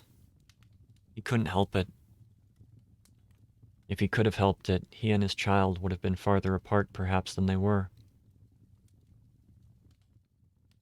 He left the room and went upstairs into the room above, which was lighted cheerfully and hung with Christmas.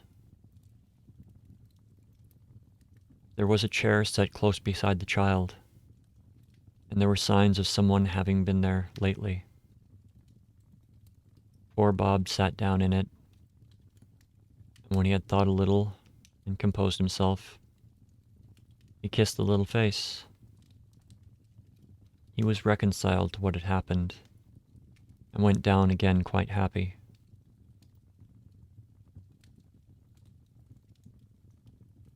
They drew about the fire and talked, the girls and mother working still. Bob told them of the extraordinary kindness of Mr. Scrooge's nephew, whom he had scarcely seen but once, and who, meeting him in the street that day, and seeing that he looked just a little down, you know, said Bob, inquired what had happened to distress him. On which, said Bob, for he is the pleasantest spoken gentleman you ever heard. I told him, I am heartily sorry for it, Mr. Cratchit, he said, and heartily sorry for your good wife. By the by, how did he ever knew that I don't know? Knew what, my dear? Why, that you were a good wife, replied Bob. Everybody knows that, said Peter. Very well observed, my boy, cried Bob. I hope they do. Heartily sorry, he said, for your good wife. If I can be of any service to you in any way, he said, giving me his card, that's where I live. Pray come to me. Now it wasn't, cried Bob. For the sake of anything he might be able to do for us, so much as for his kind way, that this was quite delightful. It really seemed as if he had known our Tiny Tim, and felt with us. I'm sure he's a good soul, said Mrs. Cratchit. You would be sure of it, my dear. If you saw and spoke to him, I shouldn't be at all surprised, mark what I say, if he got Peter a better situation.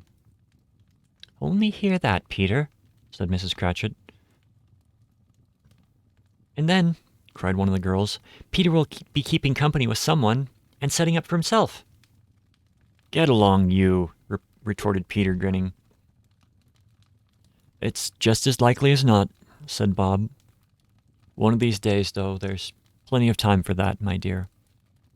But however and whenever we part from one another, I am sure we shall none of us forget poor Tiny Tim. Shall we?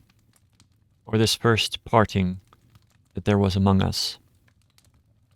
Never, father, cried they all. And I know, my dears, that when we recollect how patient and how mild he was, although he was a little child, we should not quarrel easily among ourselves and forget poor Tiny Tim in doing it. No, never, father, they all cried. I am very happy, said little Bob. I am very happy. Mrs. Cratchit kissed him, his daughters kissed him. The two young Cratchits kissed him, and Peter and himself shook hands. Spirit of Tiny Tim, thy childish essence was from God. Spectre, something informs me that our parting moment is at hand. I know it, but I know not how. Tell me what man that was whom we saw lying dead. The ghost of Christmas yet to come conveyed him, as before, though at a different time, he thought. Indeed, there seemed no order in these later visions, save that they were in the future, into the resorts of businessmen, but showed him, not himself. Indeed, the spirit did not stay for anything, but went straight on, as to the end just now desired, until besought by Scrooge to tarry for a moment. This court, through which we hurry now, is where my place of occupation is, and has been for a length of time. I see the house. Let me behold what I shall be in the days to come. The spirit stopped. The hand was pointed elsewhere. The house is yonder. Why do you point away? The inexorable finger underwent no change. Scrooge hastened to the window of his office and looked in. It was an office still, but not his. The furniture was not the same, and the figure in the chair was not himself. The phantom pointed as before.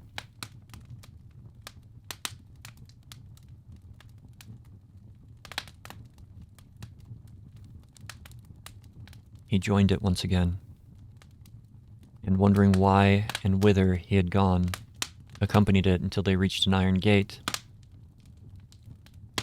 He paused to look around before entering. A churchyard.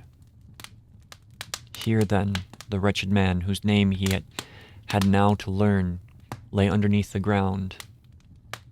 It was a worthy place, walled in by houses, overrun by grass and weeds. The growth of vegetation's death, not life. Choked up with too much burying, fat and replete with appetite.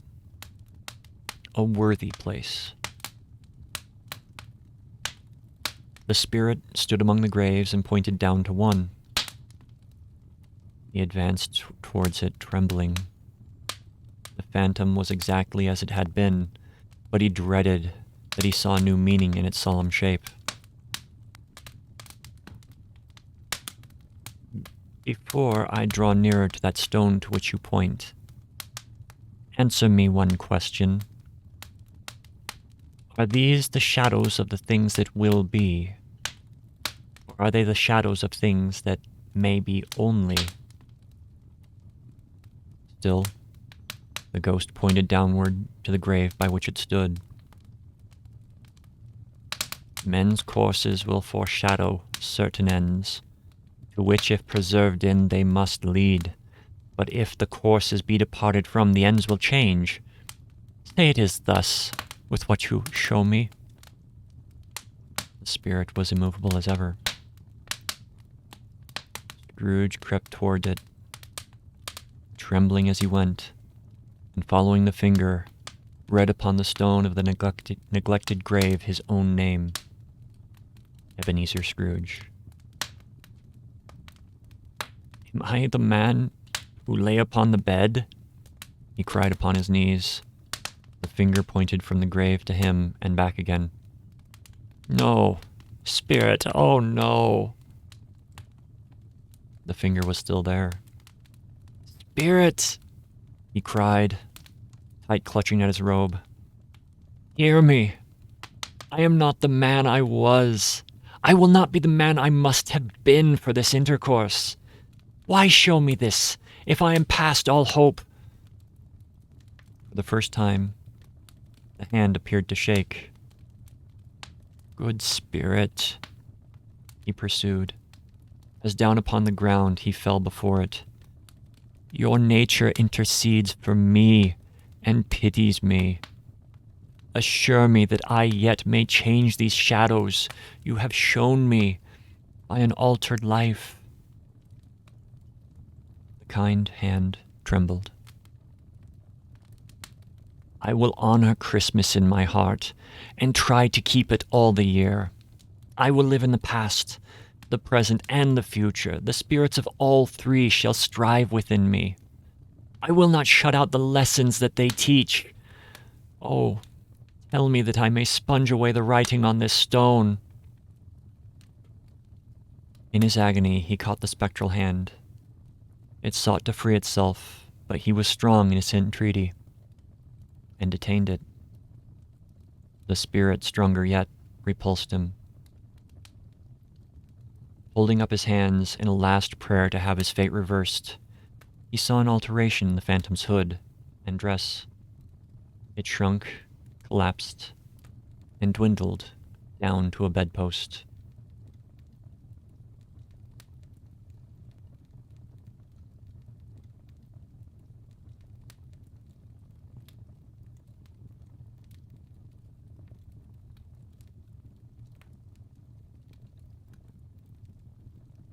Yes. And the bedpost was his own. The bed was his own. The room was his own. Best and happiest of all, the time before him was his own, to make amends in. I will live in the past, the present, and the future, Scrooge repeated as he scrambled out of bed. The spirits of all three shall strive within me. Oh, Jacob Marley, heaven and the Christmas time be praised for this. I say it on my knees, old Jacob, on my knees. He was so flustered and glowing with his good intentions that his broken voice could scarcely answer to his call. He had been sobbing violently in his conflict with the spirit, and his face was wet with tears. They are not torn down, cried Scrooge, folding one of his bed curtains in his arms. They are not torn down. Rings and all.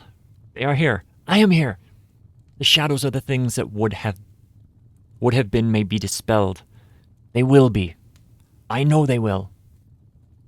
His hands were busy with his garments all this time, turning them inside out, putting them on upside down, tearing them, mislaying them, making them parties to every kind of extravagance. I don't know what to do, cried Scrooge, laughing and crying in the same breath, and making a perfect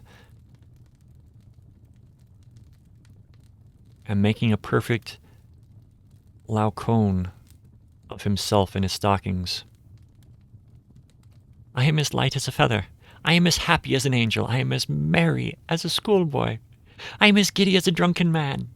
A Merry Christmas to everybody. A Happy New Year to all the world. Hello there. Whoop, hello. He had frisked into the sitting room and was now standing there, perfectly winded. There's the saucepan that has the gruel in it, cried Scrooge, starting off again, and going round the fireplace. There's the door by which the ghost of Jacob Marley entered. There's the corner where the ghost of Christmas Present sat. There's the window where I saw the wandering spirits. It's all right. It's all true. It all happened. Ha ha ha. Really? For a man who had been out of practice for so many years, it was a splendid laugh. A most illustrious laugh. The father of a long, long line of brilliant laughs. I don't know what day of the month it is, said Scrooge. I don't know how long I have been among the spirits. I don't know anything. I'm quite a baby. Never mind, I don't care. I'd rather a baby. Hello, whoop, hello there.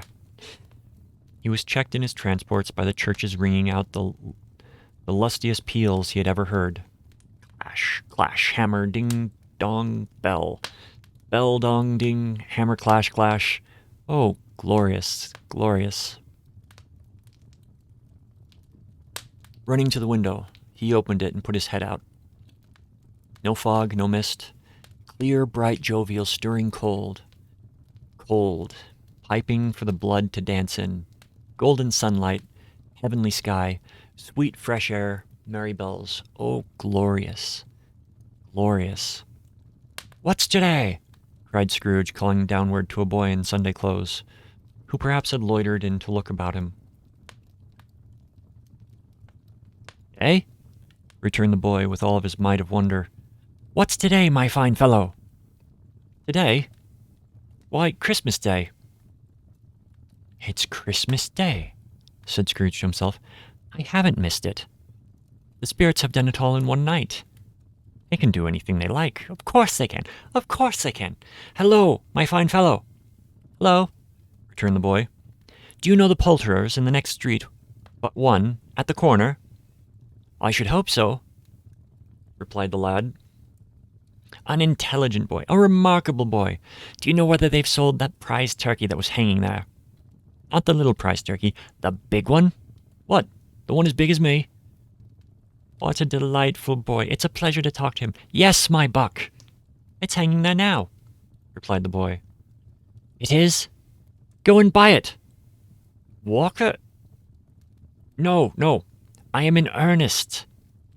Go and buy it, and tell them to bring it here, that I may give them the directions on where to take it. Come back with the man. I'll give you a shilling. Come back with him in less than 5 minutes. I'll give you half a crown. The boy was off like a shot. He must have had a steady hand at a trigger who could have got a shot off at half as fast. Send it to Bob Cratchit's, whispered Scrooge, rubbing his hands and splitting with a laugh. He shan't know who sends it. It's twice the size of Tiny Tim. Joe Miller never made such a joke as sending it to Bob's will be. The hand in which he wrote the address was not a steady one, but write it he did, somehow, and went downstairs to open the street door ready for the coming of the poulterer's man. As he stood there, waiting for his arrival, the knocker caught his eye. I shall love it as long as I live, cried Scrooge, patting it with his hand. I scarcely ever looked at it before. What an honest expression it has on its face. It's a wonderful knocker. Here's the turkey. Hello, whoop, how are you? Merry Christmas. It was a turkey. He never could have stood upon its legs, that bird. He would have snapped them short off in a minute, like sticks of sealing wax. Why, it's impossible to carry that to Camden Town. You must have a cab.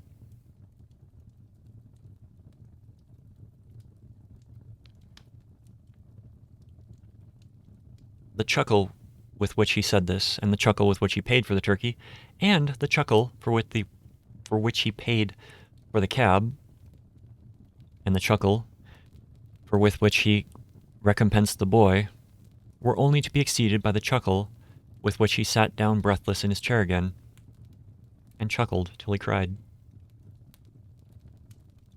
Shaving was not an easy task, for his hand continued to shake very much, and shaving requires attention, even when you don't dance while you are at it. But if he had cut the end of his nose off, he would have put a piece of sticking plaster over it and been quite satisfied. He dressed himself all in his best, and at last got out into the streets. The people were by this time pouring forth, as he had seen them in the Ghost of Christmas Present. And walking with his hands behind him, Scrooge regarded every one with a delighted smile. He looked so irresistibly pleasant, in a word, that 3 or 4 good-humored fellows said, "Good morning, sir, a Merry Christmas to you." And Scrooge said often afterwards that, of all the blithe sounds he had ever heard, those were the blithest in his ears. He had not gone far when, coming on toward him, he beheld a portly gentleman who had walked into his counting house the day before and said, "Scrooge Marley's, I believe." It sent a pang across his heart to think how this old gentleman will look upon him when they met. But he knew what path lay straight before him, and he took it. "My dear sir," said Scrooge, quickening his pace and taking the gentleman by both his hands, "how do you do? I hope you succeeded yesterday. It was very kind of you. Merry Christmas to you, sir." "Mr. Scrooge?" "Yes, that is my name, and I fear it may not be pleasant to you. Allow me to ask your pardon, and will you have the goodness—" Here Scrooge whispered into his ear. "Lord bless me," said the gentleman, as if his breath were taken away. "My dear Scrooge, are you sure?" "If you please. Not a farthing less. A great many back payments are included in it, I assure you. Will you do me that favor?" "My dear sir," said the other, shaking hands with him, "I don't know what to say to such munificence—" "Don't say anything, please," retorted Scrooge. "Come and see me. Will you come and see me?" "I will," cried the old gentleman, and it was clear he meant to do it. "Thank ye. I am much obliged to you. I thank you 50 times. Bless you." He went to church, and walked about the streets, and watched the people hurrying to and fro, and patted the children on the head, and questioned beggars, and looked down into the kitchens of houses and up to the windows, and found that everything could yield him pleasure. He had never dreamed at any walk that anything could give him so much happiness.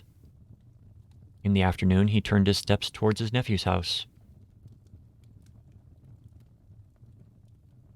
He passed the door a dozen times before he had the courage to go up and knock, but he made a dash and did it.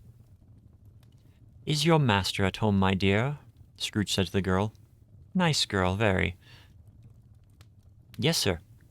"Where is he, my love?" said Scrooge. "He's in the dining room, sir, along with his mistress." "I'll show you upstairs, if you please."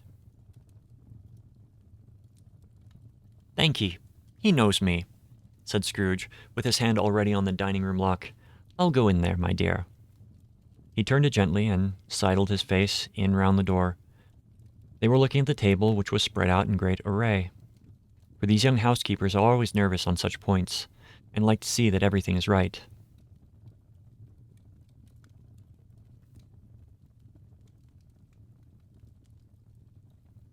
"Bread?" said Scrooge. Dear heart alive, how his niece by marriage started. Scrooge had forgotten for the moment about her sitting in the corner with the footstool, or he wouldn't have done it on any account. "Why, bless my soul," cried Fred. "Who's that?" "It's I, your Uncle Scrooge. I have come to dinner. Will you let me in, Fred?" Let him in? It is a mercy he didn't shake his arm off. He was at home in 5 minutes. Nothing could be heartier. His niece looked just the same, so did Topper when he came, so did the plump sister when she came, So did everyone when they came. Wonderful party, wonderful games, wonderful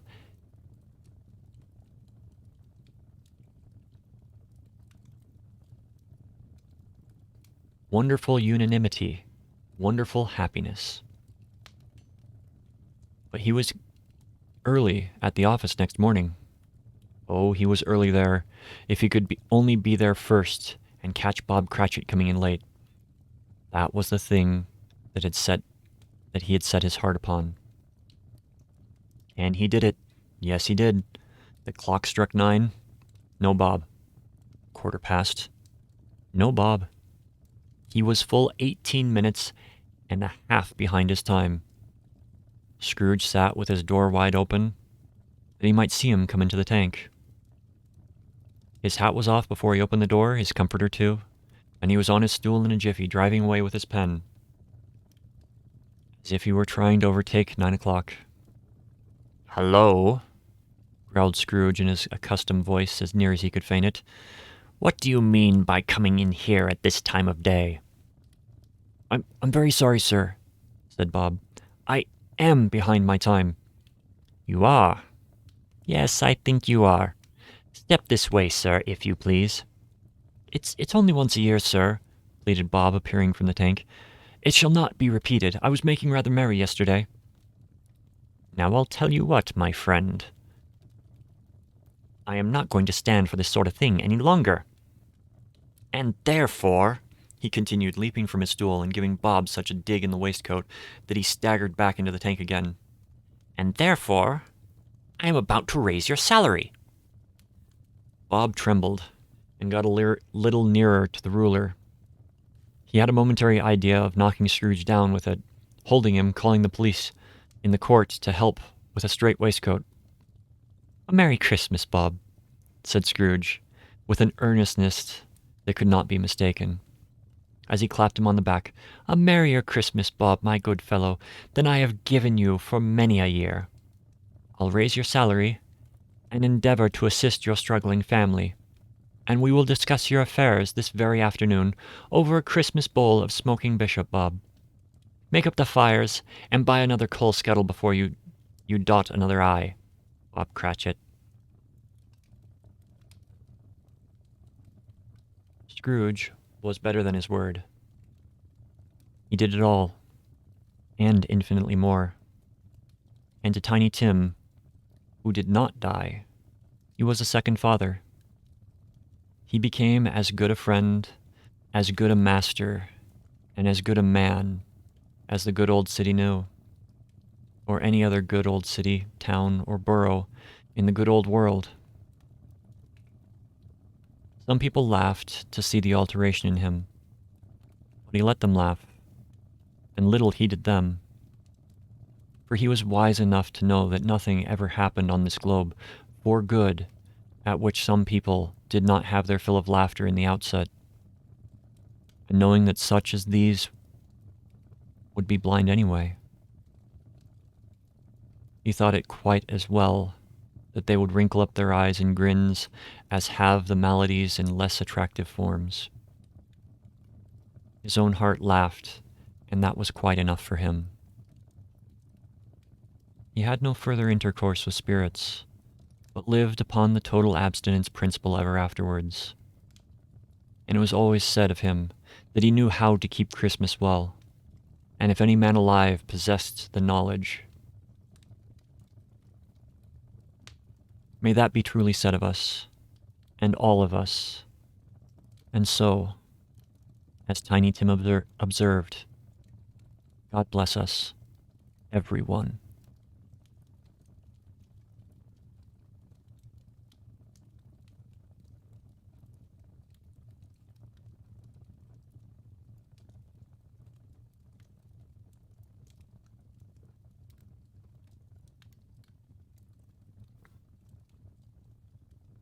And that, my friends, brings the tale of Ebenezer Scrooge to a close. I will be making these videos available on YouTube.